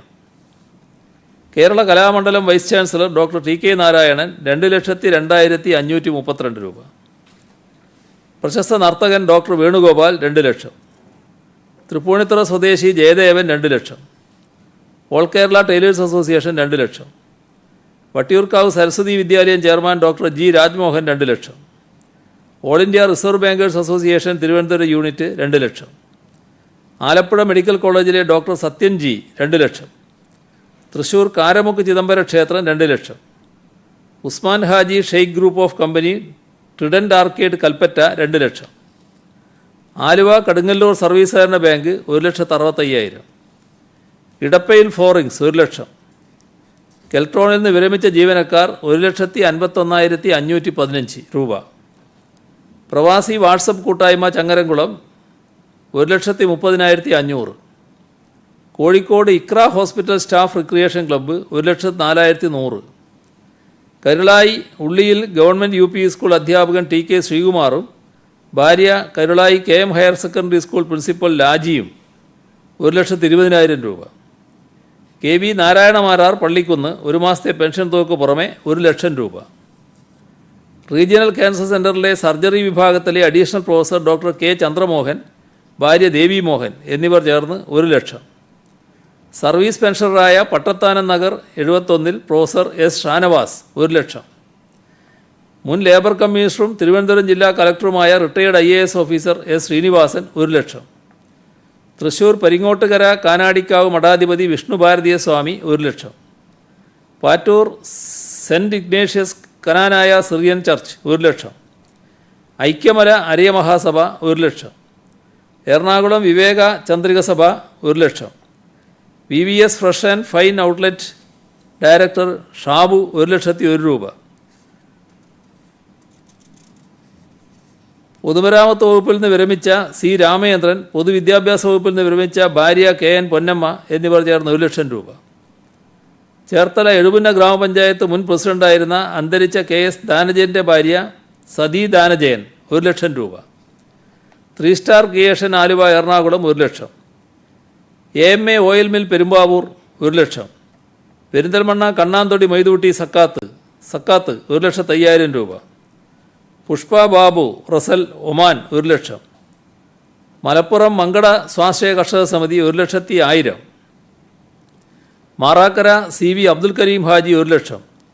Police complaint authority അംഗം KP സോമരാജൻ IPS 1 മാസത്തെ ശമ്പളം. Private building contractors association Kozhikode ജില്ലാ കമ്മിറ്റി 1,35,500. വിഴിഞ്ഞം സബ് ട്രഷറിയിൽ നിന്ന് വിരമിച്ച G രാജൻ 1 ലക്ഷം. Velliyur captain Lakshmi charitable trust 1 lakh. Kottayam Elakkad saint Mary's പള്ളി വികാരി father Paul Chalaveettil Jesus fans trust chairman Biju പാലായിൽ എന്നിവരുടെ നേതൃത്വത്തിൽ സമാഹരിച്ചത് 1 ലക്ഷം. മസ്കറ്റ് സലാലയിൽ ജോലി ചെയ്യുന്ന കൂടാളിയിലെ MB ഷംസുദ്ദീൻ 1 ലക്ഷം. സമഗ്ര ശിക്ഷ കണ്ണൂർ ജില്ലാ പ്രോജക്റ്റ് കോർഡിനേറ്റർ TP വേണുഗോപാലിന് 1 ലക്ഷം. കാസർഗോഡ് ഗവൺമെൻറ് കോളേജ് പൂർവ്വ വിദ്യാർത്ഥി കൂട്ടായ്മ 1,50,000 രൂപ. ഒപ്പരം യൂറോപ്പിലെ മാൾട്ട യുവധാര സാംസ്കാരിക വേദി 1 ലക്ഷം. കേപ്പ് ഡയറക്ടർ R ശശികുമാർ 1,04,14 രൂപ. AG's office audit and accounts association convener R Krishnakumar 1 ലക്ഷം. അദ്ദേഹത്തിൻ്റെ ഭാര്യ കേരള കോപ്പറേറ്റീവ് ഓംബുഡ്സ്മാൻ ജീന ജോസ് 75,000 രൂപ. മകൾ അശ്വതി കൃഷ്ണകുമാർ സ്വന്തം പെയിൻറ്റിംഗ് വിറ്റ് കിട്ടിയ 5,000 രൂപ. തിരുവനന്തപുരം എഞ്ചിനീയറിംഗ് കോളേജ് എംപ്ലോയീസ് സഹകരണ സംഘം 1,49,543. Thrissur Moorkanikkara TR Govindankutty foundation 1,11,111. Kerala government dental officers forum 1 lakh. Kandoth Srikurumba Bhagavathi ക്ഷേത്രം 1 ലക്ഷം. നെന്മാറ തേവർമണി തെക്കേത്തറ വീട്ടിൽ മാധവിയമ്മ ഒരു സ്വർണ്ണവള. മലപ്പുറം മങ്കട സ്വാശ്രയ കർഷക സമിതി 1,00,000 രൂപ. കൊട്ടാരക്കരയിലെ ഹോട്ടൽ ഉടമ വിജയൻ 1,00,000. കോട്ടയം ചങ്ങനാശ്ശേരിയിലെ ബിസ്മി ലോട്ടറി ഏജൻസി ഉടമ TA ബൈജു പണം കൊടുത്ത് ജനങ്ങളിൽ നിന്ന് വാങ്ങിയ 1,00,000 രൂപയുടെ സമ്മാനാർഹമായ ലോട്ടറി ടിക്കറ്റുകൾ. K Chandrasekhara Babu retired IAS 50,000 രൂപ. ഇനി കുട്ടികളുടെ സംഭാവനയുണ്ട്. കുട്ടികളുടെ പേര് പറയാതിരുന്നാലൊരു മോശമാണല്ലോ. മഞ്ചേരി 7ാം ക്ലാസ് വിദ്യാർത്ഥിനി അനാമിക തൻ്റെ കമ്മൽ ദുരിതാശ്വാസ നിധിയിലേക്ക്. കൊട്ടാരക്കര ഭവാനി കലാവേദിയിലെ കുട്ടികൾ 15,001. അബുദാബി ഇന്ത്യൻ സ്കൂൾ വിദ്യാർത്ഥിനികളായ ഗായത്രി സലീഷ്, ഹിരണ്യ സലീഷ് 10,000. മലപ്പുറം തിരൂരങ്ങാടിയിലെ മിഷാൽ മുഹമ്മദ് ഭിന്നശേഷി പെൻഷനിൽ നിന്നും 10,000. പാലാ അന്തിനാട് ആകാശ് കൃഷ്ണ, ആര്യൻ കൃഷ്ണ, അക്ഷര 10,000. വട്ടിയൂർക്കാവ് സരസ്വതി വിദ്യാലയത്തിലെ വിദ്യാർത്ഥി കാരുണ്യ കൂട്ടായ്മ പ്രതിമാസം 10,000 രൂപ വീതം ഈ അധ്യയന വർഷം മുഴുവൻ നൽകാൻ തീരുമാനിച്ചിട്ടുണ്ട്. ആദ്യ ഗഡു കൈമാറി. പോത്തങ്കോട് കുളപ്പാറ ഐശ്വര്യയിൽ ദക്ഷിണ VS ലാലും വിഷ്ണു VS ലാലും 9,250. കാസർഗോഡ് അജാനൂർ ഫഫ മറിയം 6,000. വെള്ളായണി കുഴിവിള ഗൗരീശങ്കരത്തിൽ ആദിത്യൻ അനന്തിക 6,004 രൂപ.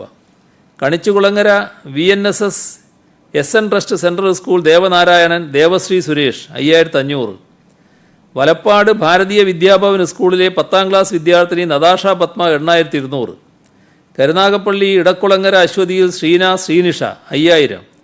പയ്യന്നൂർ കണ്ടോത്ത് സിവിൽ പോലീസ് ഓഫീസറായിരുന്ന മൈച്ച രവീന്ദ്രൻ്റെ മക്കൾ അമൽ അനൽ 5,000. പിണറായിലെ ഷഹിൻഷാ സ്കോളർഷിപ്പ് തുക 4,000 രൂപ.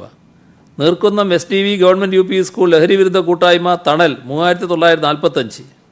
സനികദേവ് കോഴിക്കോട് പ്രസൻറ്റേഷൻ 3,000 രൂപ. മുംബൈയിൽ താമസിക്കുന്ന മലയാളി 8ാം ക്ലാസ്സുകാരി പ്രിയാഞ്ചി B ഷാ 3,001 രൂപ. തൃശ്ശൂർ ചാഴൂരിലെ ചുള്ളിപ്പറമ്പിൽ സജീവൻ മകൻ സൗരവ് 2 മാസത്തെ ഭിന്നശേഷി പെൻഷൻ.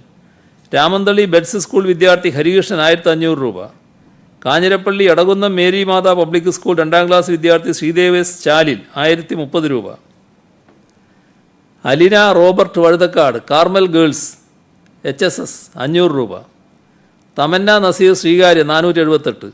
അരുണാചൽ പ്രദേശിൽ താമസിക്കുന്ന മലയാളികൾ ഹേമന്ത് കൃതാർത്ഥ 430. പുതുപ്പള്ളി എറികാട് ഗവൺമെൻറ് UP സ്കൂളിലെ 2ാം ക്ലാസ് വിദ്യാർത്ഥിനി എലിസബത്ത് സൂസൻ സുനിൽ 2,002. കുമാരി ആർദ്ര പരിയാരം 3,000. പ്രാർത്ഥന പ്രമോദ് ചെങ്ങന്നൂർ 2,500. പള്ളിക്കര കല്ലിങ്കാലിൽ മറിയം ഷിഹാന സഹോദരൻ മുഹമ്മദ് KC 2,000 രൂപ. തിരുവനന്തപുരം ചാല KK മാർക്കറ്റ് റോഡിന് സമീപം സുഹ ഫാത്തിമ 1,100 രൂപ. മീര മിലാൻ അജിത്ത് 60,000 രൂപ. അങ്ങനെ വലിയൊരു ലിസ്റ്റാണ്. ഈ കുട്ടികളാകുമ്പോൾ വായിക്കാതിരുന്നാലൊരു മോശമാണല്ലോ. അപ്പോൾ സമയം കുറച്ചായി എന്ന് മാത്രം. ഇത്രയാണ് ഇന്ന് പറയാനുള്ളത്. സംസ്ഥാനം വഹിക്കണമെന്നാണ് കേന്ദ്രം പറഞ്ഞിട്ടുള്ളത്. അതങ്ങനെയാണ് സംസ്ഥാനം തീരുമാനമെടുത്തിരിക്കുന്നത്. ഒരു ചോദ്യം ഒന്നും കൂടെ ഉണ്ട്. ഏതൊക്കെ സംസ്ഥാനങ്ങളാണ് ഈ അതിഥി തൊഴിലാളികളുടെ മടക്കത്തിന് അനുമതി നൽകാതെ? അവിടെ നമ്മുടെ ഒരു പോസിറ്റീവായ സമയം വേണമല്ലോ. അത് തയ്യാറായ സംസ്ഥാനങ്ങൾ ഏതെന്നും കൂടി പറയാമോ? ഇതിൽ ആദ്യത്തെ ചോദ്യത്തിൽ ക്വാറന്റൈൻ സംസ്ഥാനത്തിൻ്റെ ഉത്തരവാദിത്തമാണ്. സംസ്ഥാനത്തിൻ്റെ വകയായിരിക്കും എല്ലാ ചിലവും വഹിക്കുന്നത്. അതിന് യാതൊരു ശങ്കയില്ല. മറ്റത് വിവിധ സംസ്ഥാനങ്ങളിലേക്ക് പോകാൻ ഇപ്പോൾ സന്നദ്ധമായിട്ടുണ്ട്. ചില ക്രമീകരണങ്ങളാണത്. അവരുടെ കൂടി സമ്മതത്തോടു കൂടി അയക്കും. അപ്പോൾ സമ്മതം തരാത്തവർ ഇന്നത് എന്നിപ്പോൾ പറയാൻ ഞാൻ തയ്യാറാകുന്നില്ല. ഇപ്പോൾ നേരത്തെ നോർക്ക വഴി പേരുകൾ രജിസ്റ്റർ ചെയ്തിരുന്നു വിദേശത്തു നിന്ന് വരുന്ന മലയാളികളുടെ കാര്യത്തിൽ. പക്ഷെ ഇപ്പോൾ എംബസികൾ ആ ലിസ്റ്റിലുള്ള പേരനുസരിച്ചല്ല. ചിലർക്കാണെങ്കിൽ താല്പര്യമില്ലാത്തവരെ പോലും അങ്ങോട്ട് വിളിച്ച് ചോദിക്കുകയാണ്, നിങ്ങൾക്ക് നാട്ടിലേക്ക് പോകാൻ താല്പര്യമുണ്ടോ എന്നുള്ള നിലയിൽ. പലരും ഫോൺ കിട്ടുമ്പോഴാണ് ഇത് അറിയുന്നത്. അത് ഒരു കാര്യം. രണ്ട്, ഈ പല അവിടുത്തെ മലയാളികൾ നേരിടുന്ന ഒരു പ്രശ്നം, മാസങ്ങളായി ജോലിയില്ലാത്ത തന്നെ ഒരുപാട് ആൾക്കാരുണ്ട്. അപ്പോൾ അവർക്കൊക്കെ ഈ ഉയർന്ന തുകയ്ക്ക് നാട്ടിലേക്ക് എത്തുക എന്നുള്ളത് എന്തെങ്കിലും തരത്തിൽ ടിക്കറ്റ് നിരക്കിൽ ഇളവ് അനുവദിക്കുന്നതിന് കേന്ദ്രത്തോട് ആവശ്യപ്പെടുമോ? കേന്ദ്ര ഗവൺമെൻറ്റാണ് ഇപ്പോൾ നിരക്ക് നിശ്ചയിക്കുക. ആ നിരക്ക് വല്ലാത്ത നിരക്കായിരിക്കില്ല എന്നാണ് ഇപ്പോൾ ലഭിച്ചിട്ടുള്ള സൂചന. ഒരു ചെറിയ തോതിലുള്ള ഈ പ്രശ്നങ്ങളെല്ലാം പരിഗണിച്ചുകൊണ്ടുള്ള നിരക്കായിരിക്കുമെന്നാണ് മനസ്സിലാക്കുന്നത്. മടങ്ങി വരാൻ വേണ്ടി 15,000 രൂപയാണ് എയർ ഇന്ത്യ ടിക്കറ്റ് നിരക്കായിട്ട് പ്രവാസികളെ അറിയിച്ചിരിക്കുന്നത് എന്നാണ് പറയുന്നത്. ഇത് പലർക്കും, പ്രത്യേകിച്ച് ശമ്പളം ഇല്ലാതെ നിൽക്കുന്നവർക്കും തൊഴിലാളികൾക്കും താങ്ങാൻ പറ്റുന്നതിനപ്പുറമാണ്. അപ്പോൾ ഇത് ബുദ്ധിമുട്ടുള്ളവർക്കെങ്കിലും ഈ തുക ഒഴിവാക്കി കൊടുക്കുന്ന കാര്യം സംസ്ഥാനം കേന്ദ്രത്തോട് ആവശ്യപ്പെടുമോ? കേന്ദ്ര ഗവൺമെൻറ് പൂർണ്ണമായിട്ട് ഒഴിവാക്കി കൊടുക്കുന്ന സാഹചര്യം നല്ലത് തന്നെയാണ് ഇത്തരം ആളുകൾക്ക്. വരുമാനമില്ലാത്തവർ, കുറച്ച് നാളായിട്ട് വരുമാനമില്ലാത്തവർ, പിന്നെ ലേബർ ക്യാമ്പിൽ തൊഴിൽ നഷ്ടപ്പെട്ടിരിക്കുന്നവർ, അങ്ങനെയുള്ളവർക്ക് സ്വാഭാവികമായിട്ടും ഇത് പ്രയാസങ്ങളുണ്ടാക്കും. അത് സ്വാഭാവികമായും കേന്ദ്ര സർക്കാർ ചിന്തിക്കേണ്ട ഒരു കാര്യമാണ്. അത് നേരത്തെ തന്നെ സർക്കാർ ആ പ്രശ്നങ്ങൾ ഉന്നയിച്ചിട്ടുമുണ്ട്. വരുന്ന ആൾക്കാരെല്ലാം നമ്മൾ ക്വാറന്റൈൻ ചെയ്യാൻ വേണ്ടി തീരുമാനമെടുത്തിട്ടുണ്ട്. നമ്മൾ നേരത്തെ ഇറക്കിയ ഒരു മാർഗനിർദ്ദേശ പ്രകാരമാണെങ്കിൽ വരുന്നവർ ആവശ്യപ്പെടുന്നെങ്കിൽ സ്വന്തം നിലയ്ക്ക് ഹോട്ടലിലും റിസോർട്ടിലെല്ലാം അവർക്ക് ക്വാറന്റൈൻ സംവിധാനം ഒരുക്കുന്നതിന് നേരത്തെ ഒരു മാർഗനിർദ്ദേശം ഇറക്കിയത്. ആ തീരുമാനത്തിൽ ഇപ്പോഴും മാറ്റമുണ്ടോ? ആ തീരുമാനം അങ്ങനെ തന്നെയാണോ? ഇപ്പോൾ മാറ്റമുണ്ട്. അതായത് നേരത്തെ ഉള്ള നില, അവിടെ ഒരു പരിശോധന നടത്തി രോഗമില്ലാത്തവരെയാണ് ഈ ഫ്ലൈറ്റുകളിൽ കൊണ്ടുവരുന്നത്. ഇപ്പോൾ അങ്ങനെയൊരു പരിശോധനയുടെ ഭാഗമല്ലാതെ വരുമ്പോൾ എല്ലാവരും വരും. അപ്പോൾ എല്ലാവരും വരുമ്പോൾ നമ്മളെല്ലാവരെയും രോഗബാധിതരാണോ എന്ന് പരിശോധിക്കാൻ നിർബന്ധിതരാണ്. അപ്പോൾ അതുകൊണ്ട് തന്നെ അവർക്ക് അവരുടേതായ സ്വതന്ത്രമായ സ്ഥലത്ത് പോയി താമസിക്കാൻ പറ്റില്ല. ഈ 7 ദിവസം ക്വാറന്റൈൻ ഏർപ്പെടുന്നത് സർക്കാർ സംവിധാനം തന്നെയാണ്. അവിടെ തന്നെ അവർ താമസിച്ചിരിക്കണം. പ്രത്യേകമായ അവരുടേതായ ക്വാറന്റൈൻ സംവിധാനം പറ്റില്ല. മറ്റത് വീടുകളിൽ കഴിയുന്നത്, വീട്ടിൽ ക്വാറന്റൈൻ, അവർ രോഗലക്ഷണമൊന്നുമില്ല എന്നാൽ വീട്ടിൽ കഴിയണം. അത്തരം ആളുകൾ ഒരു ഹോട്ടലിൽ താമസിക്കണമെങ്കിൽ ഹോട്ടലിൽ താമസിക്കാമെന്നായിരുന്നു നമ്മൾ പറഞ്ഞത്. അതിപ്പോൾ പറ്റില്ല. ഈ ക്വാറന്റൈനിൽ തന്നെ താമസിക്കണം. കേൾക്കുന്നില്ല.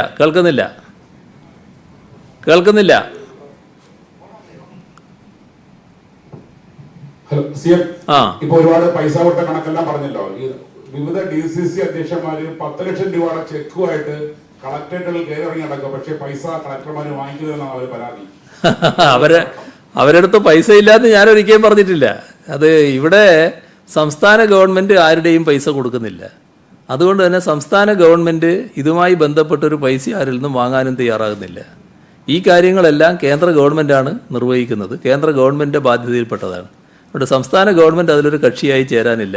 അവരുടെ കയ്യിലുള്ള പൈസ അവരുടെ കയ്യിൽ തന്നെ നിൽക്കട്ടെ. സംസ്ഥാന ഗവൺമെൻറ് ഇപ്പോൾ വാങ്ങാൻ സന്നദ്ധമല്ല.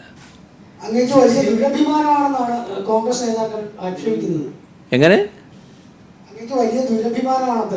ഇതെൻ്റെ വ്യക്തിപരമായ പ്രശ്നമല്ലല്ലോ.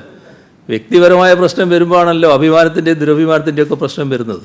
അത് വ്യക്തിപരമായ അഭിമാനം എല്ലാവർക്കും ഉണ്ടാകുന്നത് നല്ലതാണ്. ആ പറഞ്ഞവരോട് എനിക്ക് അതേ പറയാനുള്ളൂ. നാടിതൊക്കെ കാണുന്നില്ലേ, കേൾക്കുകയും ചെയ്തില്ലേ? നമ്മുടെ ഈ വിദേശത്ത് നിന്ന് വരുന്ന ആളുകളെ ഈ രോഗപരിശോധന കാര്യത്തിൽ കത്തയച്ചല്ലാതെ നമ്മുടെ ചീഫ് സെക്രട്ടറി, ക്യാബിനറ്റ് സെക്രട്ടറികളോ സംസാരിക്കുകയോ അല്ലെങ്കിൽ അത്തരത്തിൽ വീഡിയോ കോൺഫറൻസിങ്ങിലോ അത്തരത്തിൽ എന്തെങ്കിലും ആശയവിനിമയം നടന്നിട്ടുണ്ടോ? കാരണം ഇമീഡിയറ്റ് ആയിട്ട് ഒരു റെസ്പോൺസ് വേണ്ട കാര്യമാണല്ലോ. നേരത്തെ മുതലേ ഈ കാര്യങ്ങൾ ബന്ധപ്പെട്ടുകൊണ്ടിരിക്കുന്നുണ്ട്. ഇത് ഈ പ്രശ്നം ഉന്നയിച്ച ഘട്ടത്തിൽ തന്നെ ഈ പ്രശ്നത്തിൻ്റെ നമ്മുടെ നിലപാട് അങ്ങോട്ടും പറഞ്ഞിട്ടുണ്ട്. അതെല്ലാം നടന്നിട്ടുണ്ട്. ആ ആശയവിനിമയമൊക്കെ നടന്നിട്ടുണ്ട്. അതിലൊന്നും ഒരു കുറവും വന്നിട്ടില്ല. സിഎമ്മിന്റെ വൈകിട്ടത്തെ പത്രസമ്മേളനങ്ങൾ ഈ പ്രതിപക്ഷ നേതാക്കന്മാരെ അപമാനിക്കാൻ വേണ്ടിയാണെന്നാണ് KPCCയുടെ അധ്യക്ഷൻ മുല്ലപ്പള്ളി രാമചന്ദ്രൻ പറയുന്നത്. മാത്രമല്ല സിഎം ഈ മുഖ്യമന്ത്രി കസേരയിലാണ് ഇരിക്കുന്നതെന്ന് പലപ്പോഴും മറന്നു പോകുന്നു എന്നൊരു വിമർശനം കൂടി മുല്ലപ്പള്ളി രാമചന്ദ്രൻ ഉന്നയിക്കുന്നുണ്ട്. ഇല്ല, ആദ്യത്തെ ഭാഗത്തിന് നിങ്ങളാണ് ഉത്തരവാദി. നിങ്ങൾ ചോദിക്കുന്ന ചോദ്യത്തിനാണ് ഞാൻ ഉത്തരം പറയുന്നത്. അത് നിങ്ങൾ ബോധപൂർവം അങ്ങനൊരു ഉദ്ദേശം ഉണ്ടോ എന്നുള്ളത് എനിക്കറിയില്ല. ഞാൻ യഥാർത്ഥത്തിൽ നിങ്ങളെ ചോദ്യത്തിന് എന്താണോ ഉത്തരം പറയേണ്ടത് ആ ഉത്തരമാണ് പറയുന്നത്. പിന്നെ ഞാനിരിക്കുന്ന കസേരയെക്കുറിച്ച് നല്ല ഓർമ്മതയോടുകൂടിയാണ് ഞാൻ സംസാരിച്ചു കൊണ്ടിരിക്കുന്നത്. അല്ലെങ്കിൽ പല കാര്യങ്ങളും എനിക്ക് അങ്ങോട്ട് പറയാനുണ്ടായിരുന്നു. അതെല്ലാം ഈ പരിമിതിക്കകത്ത് നിന്നുകൊണ്ട് മാത്രമേ ഞാനിപ്പോൾ സംസാരിക്കുന്നുള്ളൂ. മറ്റ് പല സംസ്ഥാനങ്ങളും കേന്ദ്രത്തിന്റെ മാർഗനിർദ്ദേശം അനുസരിച്ച് മദ്യശാലകൾ പല സംസ്ഥാനങ്ങളിലും തുറക്കുന്നുണ്ടായിരുന്നു. നമ്മൾ ഈ മദ്യ നിരോധനത്തിലേക്ക് പോകുന്നു എന്ന സൂചനയാണ്. നമ്മൾ അത്തരത്തിലൊരു തീരുമാനം എടുക്കാൻ വേണ്ടി ആലോചിക്കുന്നുണ്ട് മദ്യശാലകൾ തുറക്കുന്നതിന്. അതിനെപ്പറ്റി ഒരാശങ്കയും വേണ്ട. മദ്യ നിരോധനത്തിലേക്കൊന്നും പോകാൻ ആലോചിക്കുന്നില്ല. പക്ഷെ ഇപ്പോൾ ഈ ദിവസങ്ങൾ അതിന് പ്രായോഗികമല്ല എന്നാണ് നാം കാണുന്നത്. അതുകൊണ്ടാണ് ഇപ്പോൾ വേണ്ടെന്ന് വെച്ചിട്ടുള്ളത്. ഒരാശങ്ക ആ കാര്യത്തിൽ വേണ്ട. ഈ ചില ജില്ലകൾക്ക് പുറത്തായി പലപ്പോഴും പല സർക്കാർ ജീവനക്കാരും ഇപ്പോൾ ഈ ലോക്ക്ഡൌൺ കാരണം കുടുങ്ങി കിടക്കുകയാണ്. അവർക്ക് പലർക്കും ഇപ്പോൾ ഈ സർക്കാർ ജീവനക്കാർക്ക് ഇവിടെ വരാൻ കഴിയുന്നില്ല എന്നൊരു പരാതിയുണ്ട്. അപ്പോൾ അവരുടെ ഇപ്പോൾ വരാൻ കഴിയാത്തത് കാരണം അവരുടെ ഇത് അവധിയായി പരിഗണിക്കുമോ അല്ല അതിനുവേണ്ടി എന്തെങ്കിലും പ്രത്യേക ഗവൺമെന്റ് ഓർഡർ ഇറങ്ങുമോ എന്നുള്ളതാണ് ഒരു ചോദ്യം. രണ്ട്, ഈ RD ഏജന്റുമാർക്ക് ഈ അവരുടെ കയ്യിലുള്ള പണം പോസ്റ്റ് ഓഫീസിൽ അടയ്ക്കാൻ വേണ്ടി മാസത്തിൽ ഏതെങ്കിലും ഒരു ദിവസം അനുവദിക്കാൻ കഴിയുമോ എന്നൊരു ആവശ്യം കൂടി ഉയർന്നു വന്നിട്ടുണ്ട്. അത് കഴിഞ്ഞ ദിവസം പറഞ്ഞല്ലോ രണ്ടാമത്തെ ചോദ്യത്തിന്. ഒരു ആഴ്ചയിൽ ഒരു ദിവസം അതിന് പ്രത്യേകമായിട്ട് അനുവദിക്കും പോസ്റ്റ് ഓഫീസിൽ അടക്കുന്നതിന് എന്ന് പറഞ്ഞിട്ടുണ്ട് നേരത്തെ. അതിനകത്ത് പ്രശ്നമില്ല. ആദ്യത്തതിന് ഒരു കേസിൻ്റെയും പ്രശ്നമാണ് അതിന് വരുന്നത്. അവരെന്തിനു പോയതാണ്, എന്താണ് സാഹചര്യം എന്നൊക്കെ മനസ്സിലാക്കി മാത്രമേ തീരുമാനം എടുക്കാൻ പറ്റൂ. അതിൻ്റെ ഭാഗമായി തീരുമാനങ്ങൾ എടുക്കാം. യു എ അടക്കമുള്ള വിദേശ രാജ്യങ്ങളിൽ തൊഴിൽ മേഖലകളെല്ലാം തുറന്ന് പ്രവർത്തിച്ചു തുടങ്ങി. ഇപ്പോൾ ലോക്ക്ഡൌണിന് മുമ്പ് ഇവിടെ എത്തിയ ലേബർ വിസക്കാരുണ്ട്, അവരെ ഈ കാലാവധി തിരിച്ചു പോകാൻ നിൽക്കുന്നവരുണ്ട്. അവരെ തിരിച്ചെത്തിക്കാൻ എന്തെങ്കിലും സംവിധാനം ഈ ഘട്ടത്തിൽ ആലോചിക്കുന്നുണ്ടോ? ഇതോ കേന്ദ്ര ഗവൺമെൻറ് ശ്രദ്ധയിൽപ്പെടുത്തിയിട്ടുണ്ട്. ഇങ്ങനെ കുറേ ആളുകളുണ്ട്, അവർക്ക് തിരിച്ചു പോകേണ്ടതുണ്ട് എന്നുള്ളത്. പക്ഷേ അവർ അതിന് സന്നദ്ധമായി എന്ന് അത്തരമൊരു വിവരം പൂർണ്ണമായിട്ട് കിട്ടിയിട്ടില്ല ഈ രാജ്യങ്ങൾ. അതുകൂടി നമുക്ക് പരിശോധിച്ച് വേണ്ട കാര്യങ്ങൾ ചെയ്യാം. CM പ്രധാനമന്ത്രിക്ക് അയച്ച കത്തില് ഈ UAE ഉൾപ്പെടെയുള്ള രാജ്യങ്ങളിലേക്ക് ഇന്ത്യൻ മെഡിക്കൽ സംഘങ്ങളെ വിടണമെന്ന് ആവശ്യപ്പെട്ടിട്ടുണ്ടോ? ഈ പ്രവാസികൾ വരുന്ന രാജ്യത്ത് തന്നെ മെഡിക്കൽ പരിശോധന വേണം എന്നാണ് പറഞ്ഞല്ലോ. അപ്പൊ ആ തരത്തിലുള്ള ക്രമീകരണങ്ങളാണോ സംസ്ഥാനം ആവശ്യപ്പെട്ടിരിക്കുന്നത്? ഇറ്റലിയിലും ഇറാനിലും നേരത്തെ നമ്മൾ ഈ പരിശോധന നടത്തിയതാണ്. ആ കാര്യം നമ്മൾ കത്തിൽ പറഞ്ഞിട്ടുണ്ട്. ആ പരിശോധനകൾ ആ തരത്തിൽ നമ്മൾ നടത്താൻ സന്നദ്ധമാണ്. ആ രാജ്യങ്ങൾ നടത്തുന്നില്ലെങ്കിൽ നമ്മളെ സംഘം പോയി നടത്തണമെന്ന് തന്നെയാണ് നമ്മൾ ആവശ്യപ്പെട്ടിട്ടുള്ളത്. അത് തന്നെയാണ് നമ്മൾ നേരത്തെ പറയുന്നത്. CM ഈ വാഹനങ്ങളുടെ അറ്റകുറ്റപ്പണിക്കുള്ള വർക്ക്ഷോപ്പുകൾ, വാഹനങ്ങളുടെ ഷോറൂം എന്നിവ തുറക്കാൻ അനുമതി നൽകിയിട്ടുണ്ട്. എന്നാൽ ഈ സർവീസിംഗ് സെന്ററുകൾക്ക് ഇതുവരെ അനുമതി നൽകിയിട്ടില്ല. അതുകൂടി അനുമതി നൽകുന്നത് കാരണം പല വാഹനങ്ങളുടെയും സർവീസിംഗ് ഡേറ്റ് കഴിഞ്ഞു പോയ അവസ്ഥയുണ്ടായിട്ടുണ്ട്. അതൊക്കെ ഇതിന്റെ ഭാഗമായിട്ട് നമുക്ക് അനുവദിക്കാം. അതിലൊന്നും വേറെ പ്രത്യേക പ്രശ്നങ്ങളില്ല. ഈ പൊതുമേഖലാ സ്ഥാപനങ്ങളിലെ ജീവനക്കാർ അവർ പല ജില്ലകളായിട്ട് താമസിക്കുന്നവരാണ്. അവർക്ക് വരാൻ കഴിയാത്തൊരു സാഹചര്യമുണ്ട്. അവരുടെ യാത്രയിൽ എന്തെങ്കിലും ഇളവ് അനുവദിക്കാൻ ഈ പറഞ്ഞ തരത്തിൽ അവർ യാത്ര ചെയ്യാലോ. ഇപ്പോൾ ഒരു ജില്ലയിൽ നിന്ന് മറ്റൊരു ജില്ലയിലേക്ക് യാത്ര ചെയ്യാൻ ഒരു തടസ്സവും ഇപ്പോഴില്ല. അതിന് ഈ പറഞ്ഞ സംവിധാനങ്ങൾ ചെയ്ത അതിനനുസരിച്ച് നടപടികൾ സ്വീകരിച്ചാൽ മതി. ഒരു പ്രയാസവും വരില്ല. നമ്മുടെ സമയം എക്സ്പോർട്ടുകൾ ഉൾപ്പെടെയുള്ള സ്ഥലങ്ങളിൽ നിന്ന് വരുന്നവർ 7 ദിവസം സർക്കാരിന്റെ ക്വാറന്റൈൻ കഴിയണമെന്ന് പറഞ്ഞിരുന്നു. എന്നാൽ കഴിഞ്ഞ 2 ദിവസത്തിനിടെ ചെന്നൈ ഉൾപ്പെടെയുള്ള ഭാഗങ്ങളിൽ നിന്ന് വന്നവർ ക്വാറന്റൈൻ സംവിധാനം അവർക്ക് കൊടുത്തിട്ടുണ്ടോ? നമ്മളെ സമയം നമ്മൾ ഓർക്കണം. ഈ കാര്യത്തിൽ ഇനി വരുന്ന ആളുകൾക്കെല്ലാം ഈ പറയുന്ന നിർബന്ധമായിട്ടുള്ള ക്വാറന്റൈൻ സംവിധാനം ഉണ്ടാകും. നമുക്ക് ഒരു വാർത്ത സംബന്ധിച്ച ഒരു ചോദ്യമാണ്. ഒരു വലിയ ആശങ്കപ്പെടുന്ന ഒരു വാർത്ത ഒരു പ്രമുഖ പത്രത്തിൽ വന്നിട്ടുണ്ട്. അതായത് ക്വാറന്റൈനിൽ, അതായത് കോവിഡ് രോഗികളായി തിരിച്ചറിയാൻ പറ്റാതെയും പരിശോധന ചെയ്യാത്തതുമായ 239 പേർ സംസ്ഥാനത്തുണ്ട്. ഇത് പഠനം നടത്തിയിരിക്കുന്ന അമേരിക്കയിൽ നിന്നുള്ള 2 പേരാണ്. അത്തരത്തിൽ വലിയ ആശങ്ക സർക്കാരിനുണ്ടോ? ജനങ്ങൾ വല്ലാതെ ആശങ്കപ്പെടുന്ന വാർത്തകൾ ശരിയാണ്? നമ്മൾ എല്ലാ കാലത്തും പഠനങ്ങളെ ബഹുമാനിക്കുന്നവരാണല്ലോ മലയാളികൾ. അതുമായി ബന്ധപ്പെട്ട് ചില ആശങ്കകൾ ഉണ്ടാകുന്നത് സ്വാഭാവികമാണ്. പക്ഷേ ഈ പറയുന്ന പഠനത്തിന് യാതൊരു അടിസ്ഥാനവുമില്ല.